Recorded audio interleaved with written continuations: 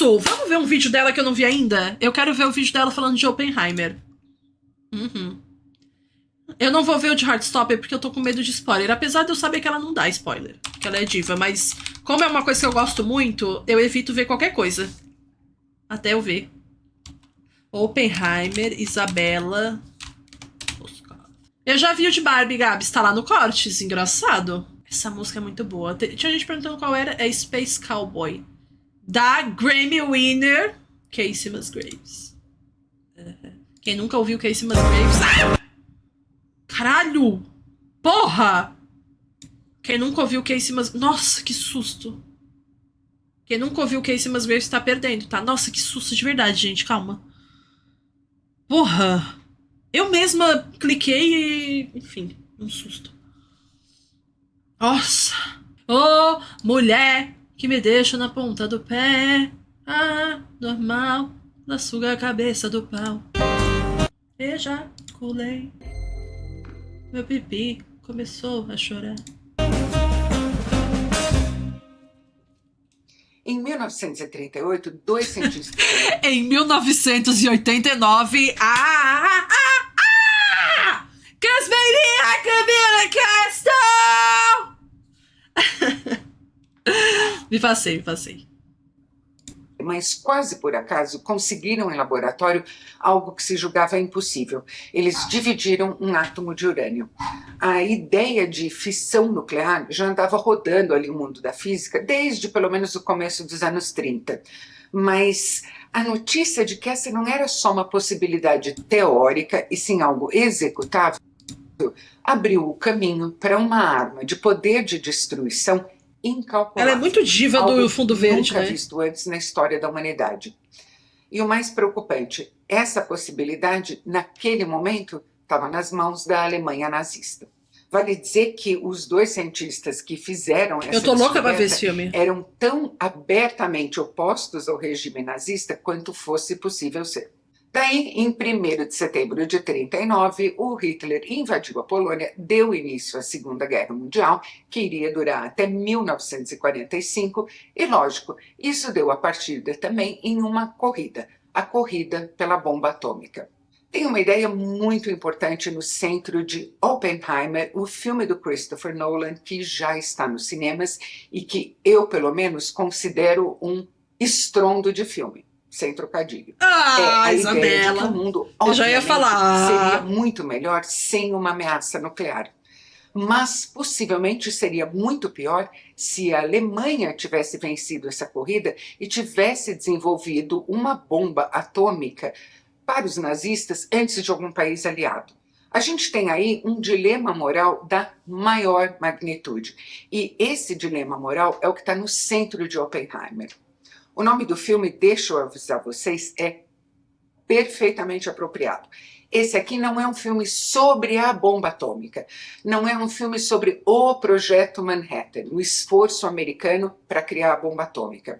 Tudo isso, lógico, está no filme, é uma parte integral, indispensável e crucial dele. Mas esse é um filme principalmente sobre o que estar a cargo de um projeto como esse, de dar à humanidade esse poder de destruição, faz com um homem que, antes mesmo de estar envolvido nisso, já era uma pessoa muito atormentada, o Robert Oppenheimer, que é interpretado aqui de maneira magistral, magnífica, pelo Cillian Murphy, que, não tem dúvida, é um monstro, no melhor sentido possível. Eu tô com filtro mesmo, né? Ai, mano, ai. Esqueci. Mas teve alguém falando que não existe dilema moral, mas eu achava que isso era, sei lá, o crucial, assim, do filme. Porque, literalmente, é a cabeça do cara tendo descoberto isso. Como que não tem um dilema, tá ligado? E fora que isso também é a interpretação, né? De interpretação e tal. Mas eu acho que isso é uma coisa óbvia, não? Não sei, eu não vi ainda, né? Mas eu quero ver. Pessoal, são muitos os aspectos que têm de se conjugar na produção de um filme. E em Oppenheimer eu gostaria de destacar que alguns deles, como a direção de fotografia, são mais do que perfeitos. São virtuosísticos. E para chegar nesse nível, não tem tutorial de YouTube. Ah, isso eu tenho que dê certeza, conta do Carol. recado, não. É publi, tá? Mas na Eu vou EBAC, ver. a Escola Britânica de Artes Criativas e Tecnologia, você pode dominar uma Menina, eu já vi cada coisa no EBAC boa. habilidade como Não é essa publi. e muitas outras, do zero até a profissionalização, em cursos lógicos, estruturados, sempre totalmente online, para você seguir no seu tempo e no seu ritmo, e com a supervisão de um tutor que tira dúvidas, orienta e encoraja.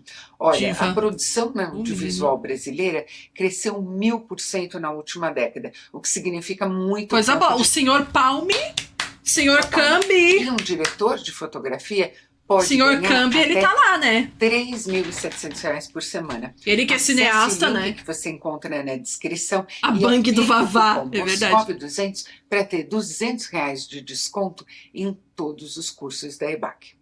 E agora, de volta à resenha. Oppenheimer é baseado em uma biografia muito boa. Quem tem a tag de promoção lá do Discord viu que a biografia estava na promoção esses tempos. São mais de 1000 páginas e estava muito barato o Kindle. O Kindle não, o e-book. Eu peguei. Também já fica aí. Tanto esse quanto a do Van Gogh. A do Van Gogh é 1700 páginas por R$ 15. Não sei quando eu vou ler, não sei, mas peguei. Van Gogh, ainda mais eu que sou fã, realmente, do Van Gogh, né? O melhor museu que eu já fui na minha vida foi o Museu do Van Gogh. Chorei igual uma cadela desmamada. Recomendo pra qualquer pessoa que algum dia passar pela Holanda, por Amsterdã, vá no Museu do Van Gogh. Eu passei mal. Ai, olha, gente, fiz uma vergonheira, credo. Credo, muito que eu chorei. detalhada. Mas a primeira coisa que é preciso dizer sobre o filme é que, Mari, tecnicamente, aproveita. ele é um colosso. É incrível. O Chris Nolan é a primeira e até agora a Diva. única pessoa a usar o IMAX como uma ferramenta narrativa de maneira integral bonita, nos né? filmes dele. O IMAX é o Chama muito formato diva. de maior definição fotográfica que existe e ele foi concebido originalmente como uma ferramenta única para documentar o mundo natural, porque a nitidez, o brilho, a definição e o alcance da imagem são Só inigualáveis. é o tipo de coisa que o Matheus Mas o repara. Chris Nolan decidiu que ele podia ser também um instrumento narrativo muito importante. Se eu tô vendo em 480p, eu nem dar à percebo. imagem uma profundidade que ela mesma traz Não, muito no sentido, TH. que é o que ele costuma buscar nos filmes dele. Ele vem usando o IMAX já há muitos anos, mas aqui ele faz algo diferente. Ele usa o IMAX também como uma ferramenta única para registrar a emoção e as nuances infinitas da paisagem, que é o rosto humano. Menino, Mais do que o tamanho do rosto, que é o interior trambolho. humano. Então aqui não são só as vistas do deserto do Novo México, na região de Los Alamos, onde foi instalado o Projeto Manhattan, ou o assombro, que é uma detonação nuclear, que ganham essa vocês viram? nitidez única do IMAX. São também os closes dos atores. Se vocês olharem qualquer foto do Oppenheimer, o verdadeiro Oppenheimer, vocês vão ver que ele era um homem de uma expressividade extraordinária. Em qualquer foto, a gente sente o olhar dele atravessando a gente. E é como se, olhando nos olhos dele, a gente atravessasse ele também. E essa foi a razão primeira pela qual o Chris Nolan escolheu o Cillian Murphy, com quem ele já trabalhou várias vezes, Todo um olhar como demorado, né? protagonista de um filme. O Cillian Murphy é um dos atores com o olhar mais perfurante que eu já vi. Ele emagreceu Ele é bastante, muito né? técnico, muito preciso, mas ele tem também essa Cara, que outra fixado dimensão. esse. Ele sabe comunicar. Vida de inseto as surra no quesito ambientação esferas natural. Meu chat agora. Um beijo, Cortes. Isso é o que tá fixado agora no meu chat, tá, gente do Cortes? Estão rodando dentro do panorama íntimo de um personagem como ninguém. Aqui, então, a direção de fotografia, que como sempre é virtuosística, do Reuter von Reutemann, se alia à decisão muito acertada, na minha opinião, do Chris Nolan, de fazer desse um filme inteiramente analógico, não um filme digital. Seria, olha, muito fácil, muito prático mostrar a imaginação de um cientista do que seria o mundo quântico, ou mostrar o interior de uma explosão nuclear, como a do primeiro teste em Los Alamos, com computação gráfica. Mas o Chris Nolan diz, e eu concordo com ele, que a computação gráfica, por mais apurada que ela seja e por mais útil que ela seja também como ferramenta, ela dá sempre a sensação para a gente de algo seguro, porque a gente sabe que aquilo está sendo recriado de maneira Nossa, não agora que falou de computação gráfica, chat, me lembra de falar de Ted Lasso quando acabar esse vídeo? Ele decidiu fazer tudo de maneira prática, inclusive essa recriação do que está acontecendo dentro da detonação atômica em Los Alamos. E olha, é impressionante. Se vocês forem ver as imagens reais que foram capturadas durante o teste Trinity, com a imagem que o Chris Nolan consegue obter em Oppenheimer, é muito fiel, é fidelíssimo ao que se viu ali. A segunda coisa que eu acho que eu preciso dizer é que eu fiquei presa em Oppenheimer durante todos os minutos das 3 horas de duração do filme. Caralho! Aliás, esse é o limite de um filme em IMAX. A IMAX aqui não só desenvolveu para o Chris Nolan a película IMAX em 65mm, preto e branco, algo que não existia, como conseguiu Nem para sabia ele disso. uma bandeja de filme que comportasse as 3 horas de projeção. Mas aí parou, é o limite, mecanicamente não dá mais. Nossa, Talvez ajude. eu tenho problemas com filmes de 3 horas quando só tem homem também. Tipo assim, aquele irlandês, gente, não que seja ruim. Mas assim, no meio do filme, eu tava assim, ó. E não é que era ruim, ele só não me pegou, entendeu? Tipo assim, gente, pra eu ver um filme de 3 horas, ou tem que ser dirigido pelo Wong Kar-wai, ou pelo Paul Thomas Anderson. E nem do Paul Thomas Anderson, porque Phantom Thread... Não sei se Phantom Thread tem tudo isso. Mas Phantom Thread, que também é um do que o Daniel Day-Lewis protagoniza do Paul Thomas Anderson, igual todos os outros. Eu vi Phantom Thread meio assim também, ó. Apesar de muita gente amar e tal. Ai, menina, não me pegou tanto esse. Mas o filme do Paul Thomas Anderson, tudo 50 horas. Pra mim, o fato de que essa é uma história que eu conheço. Tem um outro também que ele é... Eu não sei se é coreano... que eu nunca encarei, mas é um filme tudo, sei lá, 200 minutos, assim, uns Os negócios personagens, na maior parte, alguns dos cientistas Vício Inerente mais tem 1 milhão de horas ilustres também. do pré e do pós-guerra, que estão aqui, com os quais eu tenho familiaridade. E é um momento da história que eu acho fascinante, em que a gente está vendo Como ele tá um mundo diferente, que nunca gurias. mais vai existir, dando à luz ao mundo Não, mas que The a gente Handmaiden vive é uma hoje. obra-prima, né? E esse é um parto doloroso, sofrido, não só no processo dele, mas no que nasce dele. Por outro lado, durante a sessão e logo na seguida dela, eu percebi que uma parte da plateia, pelo menos, tinha se sentido meio massacrada. Porque são 3 horas ali densas. Eu acho que rolava dar um compromisso. Ô, caralho, eu ia falar compromisso. Um comprimidinho de ginkgo biloba, né? Pro Cillian Murphy ali, que um menino do céu, gente. O menino tá diálogo, morrendo. quase sem respiro. Dá uma ginkgo biloba, uma vitamina D e já vai com a C junto. Pra memória é bom A também. gente tem aqui mais de 100 atores com falas. E olha, que atores. Eu não vou mencionar todo mundo, porque senão isso aqui ia virar um catálogo. Mas eu vou destacar, por exemplo, Eu mencionando o no meu Robert chat, Downey com Jr., coisa da Bel. Tobias Stark. que está talvez no que seja a melhor, a mais excelente interpretação da carreira dele. E isso não é dizer pouco, no papel do Lewis Strauss, um homem que teve um papel muito importante na queda em desgraça do Oppenheimer, alguns anos depois da guerra.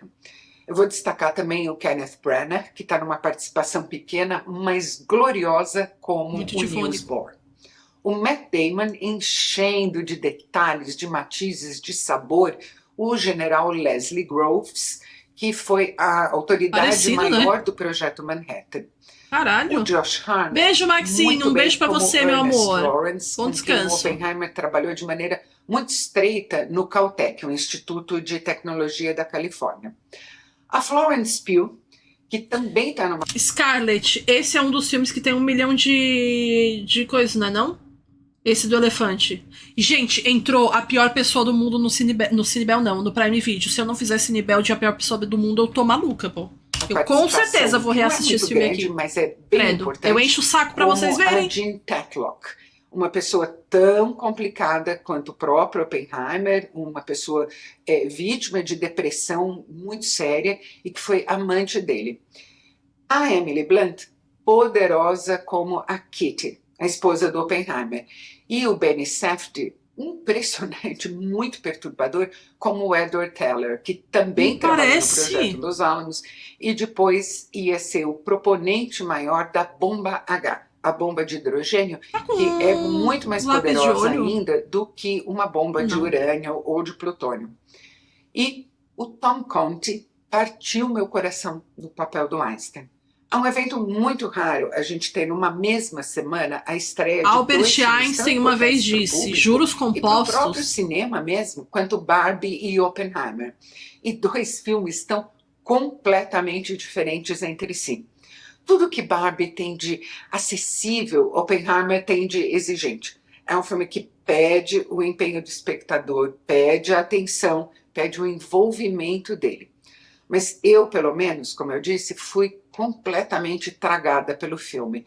Não só por causa da perfeição técnica com que todas as ideias dele são comunicadas. Ela, quando fala feliz, é muito bom, né? Ela é muito minha mãe, velho. Intercala vários momentos do minha mãe vai ficar braba.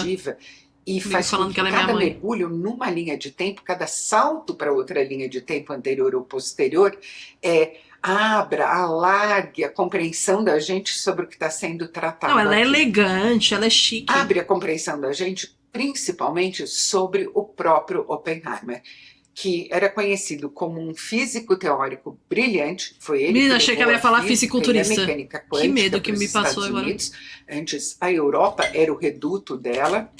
Um homem muito erudito, um homem com uma ligação idealista, humanística, com os movimentos de esquerda dos anos 30, que estavam também numa fase idealista e humanística. Cara, Wender.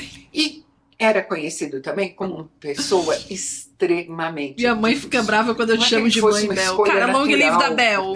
São momentos. Para ser o Steve Jobs, digamos assim, do projeto atômico americano. A pessoa que ia orquestrar todos os múltiplos setores envolvidos na criação de uma bomba atômica e lidar com todos os egos de tantos cientistas tão brilhantes. Comunistas! Uma escolha acertadíssima, feita parte por instinto, parte por perspicácia. Essa é a esquerdalha que tanto amam. Do general Leslie Groves.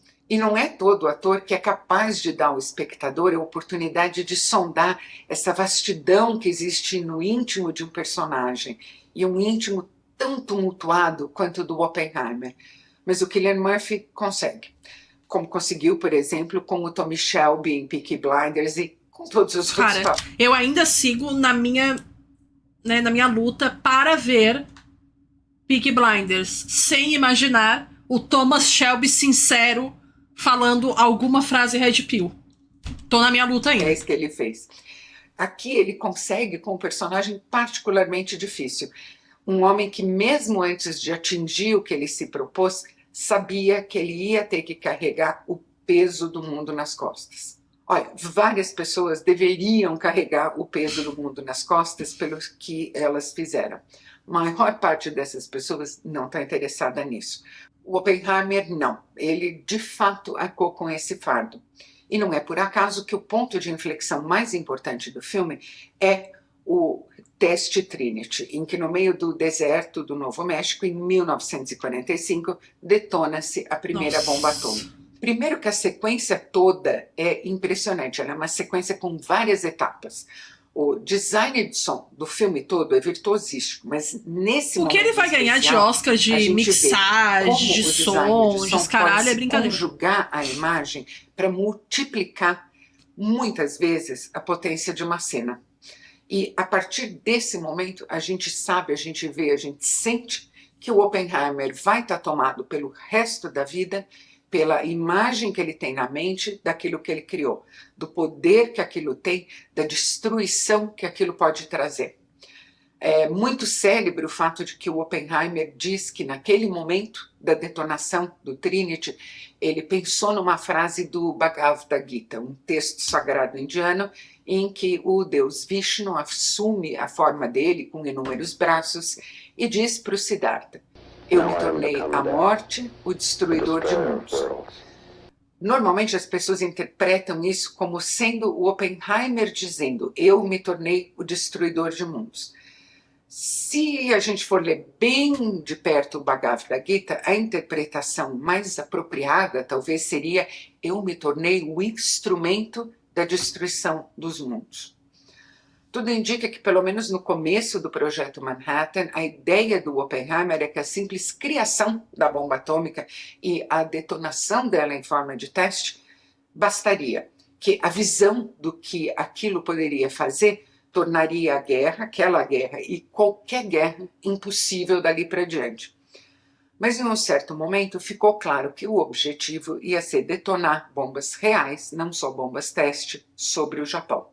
A guerra na Europa terminou em 8 de maio de 1945, mas ela continuou no fronte do Pacífico até agosto daquele mesmo ano, quando os Estados Unidos lançaram a Fat Man e a Little Boy sobre Hiroshima e Nagasaki, e então o Japão se rendeu. A discussão sobre a necessidade de lançar as bombas atômicas no Japão é algo que ocupa os historiadores desde que isso aconteceu, e eu não tenho condições de entrar nessa discussão aqui. Mas o fato é que, a partir dali, não houve dúvida para o Oppenheimer de que Ela nunca é muito mais diva, o mundo mano. ia ser o mesmo. Ele ia ser pior, ele ia ser ainda mais perigoso do que ele jamais tinha sido. E neste momento aqui, em 2023, por exemplo, a gente está mais perto do que esteve em qualquer outra ocasião do pós-guerra, da meia-noite no relógio do fim do mundo, o Doomsday Clock, que é o instrumento com o Menina, qual se Trinity monitora a Doomsday ameaça de Killer, uma engraçado, só me destruição lembro de nuclear no Dexter. planeta. A gente está a 90 segundos da meia-noite. Em E parte, tudo tem mas referência, não só, né? Mas por enfim. causa da guerra na Ucrânia. E nunca a gente esteve nesse ponto. E ali nos minutos finais de Eu aprendi Oppenheimer, assim também, veio tá, uma Vitor? emoção tão grande, mas tão grande, tão intensa, porque são uns poucos minutos em que a gente sente o peso de todo esse futuro se abatendo sobre uma pessoa, uma única pessoa. Pra Parecia mim uns foi gergelim lá devastador. atrás, não pareceu?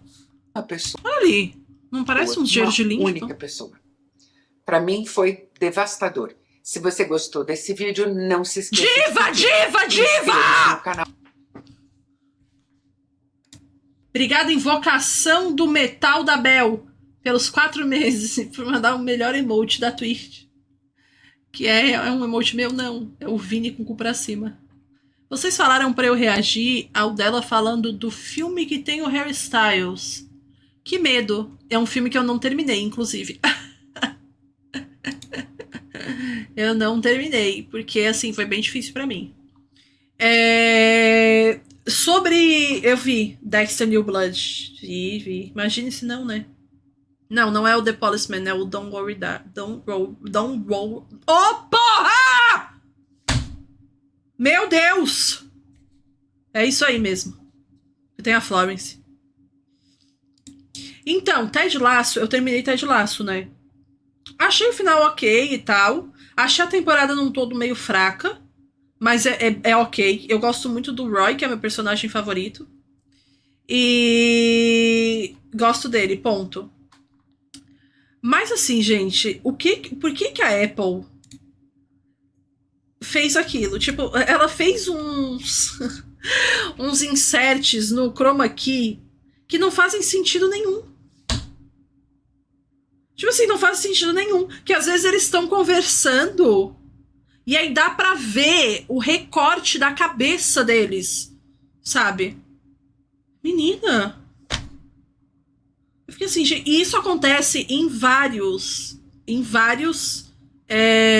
episódios. Sem brincadeira, tá? Sem brincadeira, em vários episódios.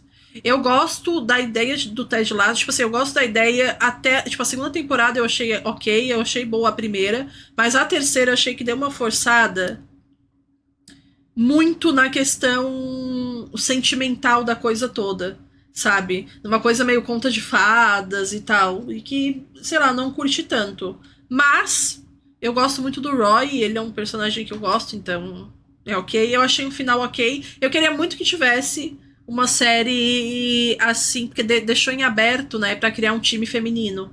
Eu acho que ia ser muito foda. Eu acho que ia ser muito foda mesmo. tivesse uma série com como se fosse um time feminino, mas eu acho que não vai ter, porque, tipo, o nome é Ted Lasso. O nome da série é Ted Lasso, né? O final não deu muita abertura pra isso. Mas, não sei. É porque a série Ted Lasso é uma série da Apple, por isso que eu falei, o que a Apple tem na cabeça, né? De deixar aquelas cenas de chroma key pavorosas, entendeu? O Breno disse que amou o Oppenheimer e que tá cheio de radiação pós-filme. Sobre o que é essa série? É literalmente sobre um cara americano que se muda pra Europa, pro Reino Unido, pra treinar um time de futebol, sem saber nada sobre futebol. Um time que tá falido, praticamente, abandonado, largado às traças. Ponto. Mas não é uma série sobre futebol, nem nada disso. É muito sobre... Sei lá, é mais assim sobre relações humanas, interpessoais e tal. Fala muito de terapia, eu acho legal. A primeira e a segunda eu achei legal essa abordagem. Mas a terceira, não. A terceira temporada eu não recomendo tanto, mas as outras duas eu curto. Tilenol Sinos da Bel, obrigada pelos R$6,13, meu amor, meu cheiro, meu tudo. Bel, vim dizer agora que sou o fumaça do Vaticano da Bel. Beijos. Cara, sabe o que é melhor? A pessoa se identificou como Tilenol Sinos da Bel pra dizer que mudou agora o arroba e é agora a fumaça do Vaticano da Bel. Tá bom? Pra não restar dúvidas também, né?